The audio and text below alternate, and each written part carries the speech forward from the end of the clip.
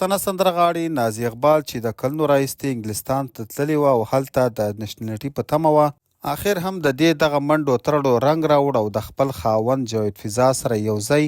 د انګلستان نېشنلټي واخیسته. نازي اقبال چې د هیڅ تعریف محتاج نه ده او د پښتو یوه مشهوره او تکړه سندرغاړې ده چې څو کاله مخکې په پېښور کې د افغانستان د جلال آباد ولایت له جاوید فضا سره واده کړی و. نازي اقبال چې په اصل کې د خیبر پښتونخوا سوات سره تعلق لري او د دې خاوند جاوید فضا د افغانستان جلال آباد له سرخرود سره تعلق لري. نازي اقبال له دغه افغاني جاوید فضا سره کلونه مخکې په پېښور کې نکاح واده کړی و چې د دوی دواړو بچي هم دي. بیا وروسته دلته په پېښور کې د نازي اقبال د خاوند جاوید فضا د اوسېدو مسله وه، ځکه چې د دې خاوند جاوید فضا افغانی و او په پاکستان کې هغه ته نه د پاکستان آی ډي کارت ورکول او نه څه نور ډاکومنټس. نو د نازي اقبال خاوند په پاکستان کې له خپلې ښځې نازي اقبال سره نشو اوسېدی او همیشه به د پولیسو لخوا تنګېدو نیول کېدو به،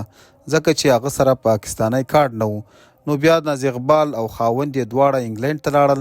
او هلته یې د نېشنلټي ډیمانډ وکړ چې اوس نازي اقبال او د هغې خاوند جاوید فضا دواړو ته د انګلینډ ګورنمنټ نېشنلټي ورکړه. نو اوس نازي اقبال هم په خپل سوشل میډیا باندې لایف راغلی وه او له خلکو سره یې دغه د خوښۍ شیبې شریکولې او ډیره زیاته خوشحاله ښکارېده او خوشحاله به په همدې وي ځکه چې دوی په پاکستان کې له ډیرو زیاتو مشکلاتو سره مخ شوي وو، خو الله تعالی اخر پې مهربانه شو او انګلینډ کې ورته نېشنلټي میلاو شوه.